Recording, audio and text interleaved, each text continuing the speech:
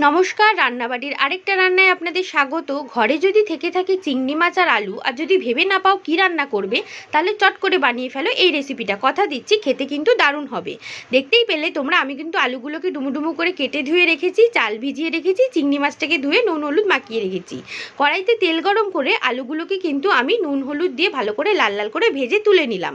এরপর ওই আলু ভাজার তেলেই কিন্তু আমি চিংড়ি মাছগুলোকে দিয়ে ভালো করে নাড়িয়ে চাড়িয়ে নিলাম। চিংড়ি মাছটা যখন একটু সেদ্ধ হয়ে এলো, তাতে কিন্তু আমি হলুদটা অ্যাড করে দিলাম, সাথে অ্যাড করলাম লঙ্কার গুঁড়ো আর জিরের গুঁড়ো আর ধনের গুঁড়ো। তোমরা কিন্তু ঝালটা তোমাদের স্বাদ মতো দিয়ে নিও। এরপর যখন মাছটা ভাজা ভাজা হয়ে এলো, তাতে আমি ভাজা আলুগুলো অ্যাড করে একটু নুন অ্যাড করে নিলাম আর কাঁচা লঙ্কা গোটা গোটা দিয়ে নিলাম। তারপর কিন্তু আমার ভিজিয়ে রাখা চালটা দিয়ে আমি কিন্তু ভালো করে কষিয়ে নিচ্ছি যতক্ষণ না চালটার জলটা শুকিয়ে আসে।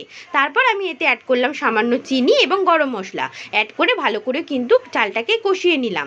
আর এরপর যখন চালটা কষানো হয়ে গেল, হাঁড়ির মধ্যে সামান্য কিছু সর্ষের তেল নিয়ে তাতে তেজপাতা দিয়ে আমি কষানো চালটা কিন্তু দিয়ে নিলাম।